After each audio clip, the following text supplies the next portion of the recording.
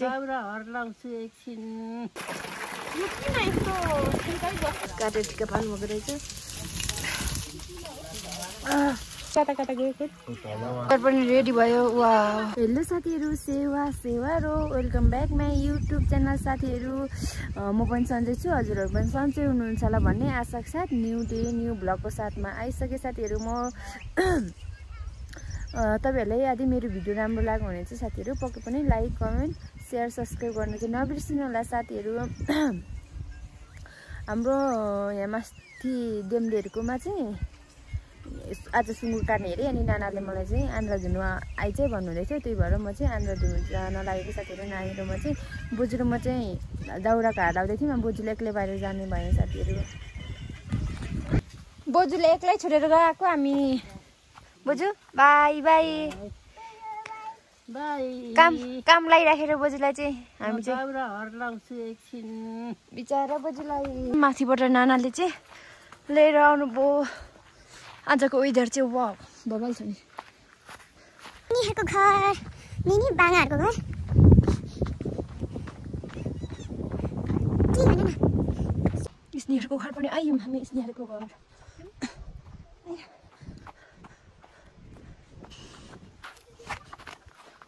ह भाइ बेटा अघि हो त्यो के बोलाले हान्नु त केटा हैन किन लाग्दैन बेबी हेरी वाउ चलो बेबी बेबी हेर न आऊ न भाइ ओछो ओछो अहिले हो दिमा हेलो हेलो अन्त नानु अन्त नानु भयो यो रुममा त्यो टोपी गरे अनि अब यहाँ बाचा नि अबे नगर भाइ उप्याएको थियो भने भाइ बहिनीले कति चाहिँ सार्दा रहेछ अब उप्या छैन के नाना चाहिँ आन्द्रा लिएर आइसक्नु भयो सुँगुरको आन्द्रै साथीहरू यो चाहिँ पानी चाहिँ यहाँ गजब तरिकाले आउँछ है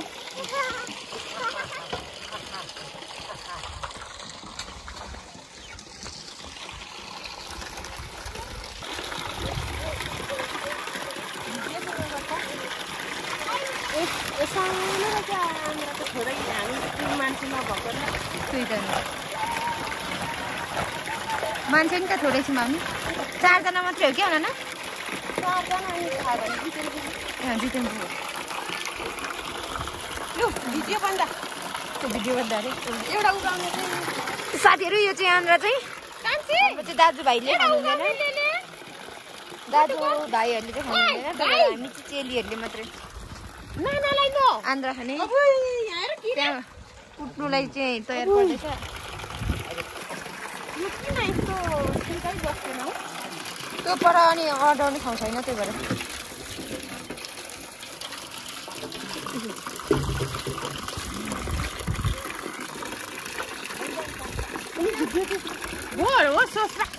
हामी चाहिँ आन्द्रा केलाउनु थाल्यौँ साथीहरू अब आन्द्रा केली सबैले भेट्नुपर्छ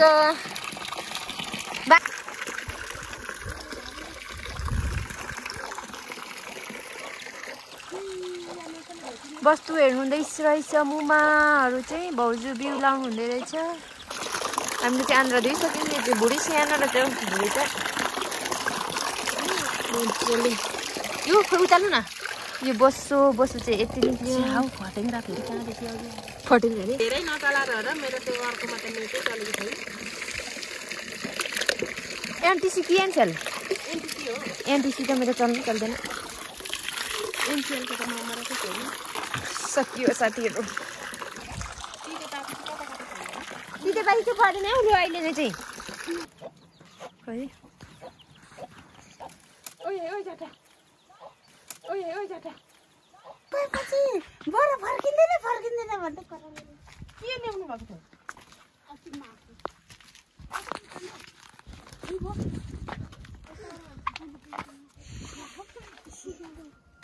यताबाट पनि छ त हौ बाटो धुलो होला फेरि धुलो त नहुने ठाउँ त कहाँ होला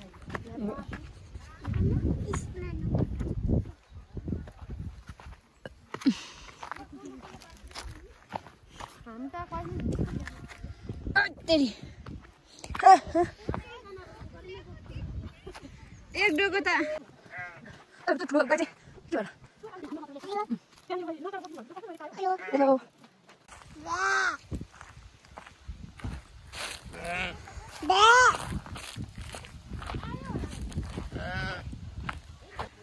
घर घर पनि आइपुग्यौँ हामी चाहिँ औ किन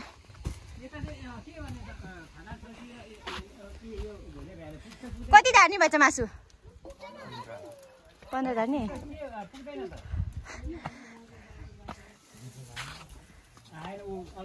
मासु पुगेन क्या हो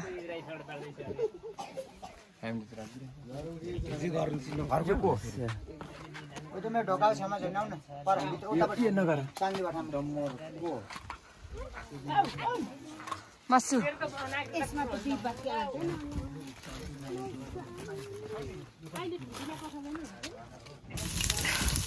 ठिकै हामी चाहिँ भुट्टा भुट्ने बेलामा आइपुगेछौँ काटेर टिका पाल्नुभएको रहेछ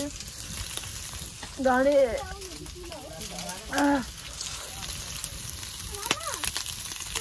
के साह्रो ढायो बेटे बेटे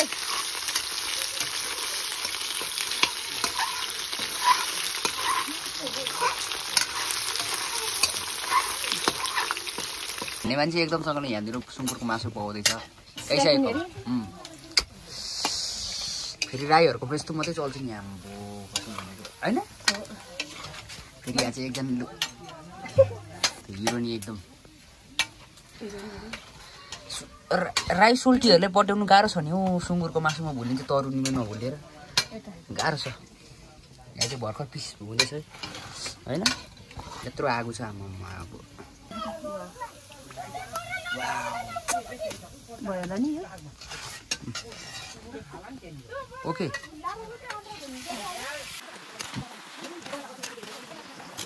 हाम्रो अचार पनि रेडी भयो वा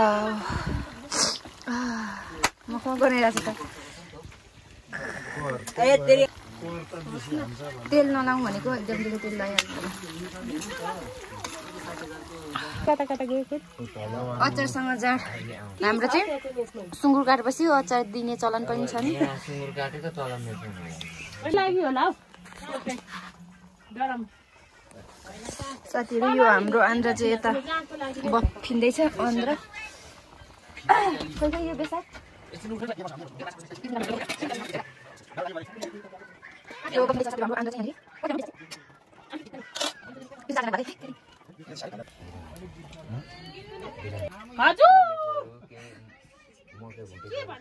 रोटी आन्द्रा पनि रेडी भइसक्यो आन्द्रा सब्जी तरकारी काटिसक्यो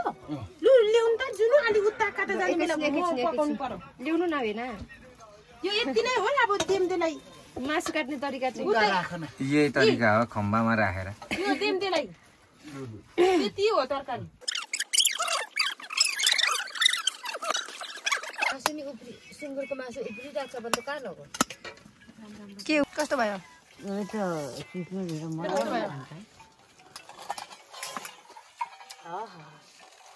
खानासाना पनि खाइयो अब आराम गर्ने